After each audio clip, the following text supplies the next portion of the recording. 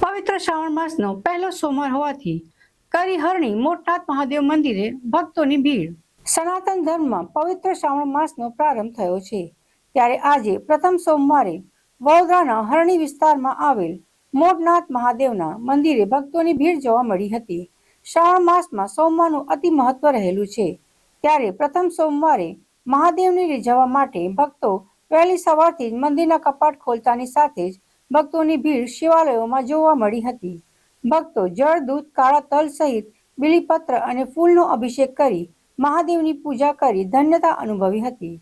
મોટનાથ મંદિરની વાત કરીએ તો અહીં સાવલીના સ્વામી પણ આવી પૂજા કરી હતી। તો મોટનાથ મંદિર શિવલિંગ મોટું હોવાથી તેને મોટનાથ મંદિર કહેવાય છે।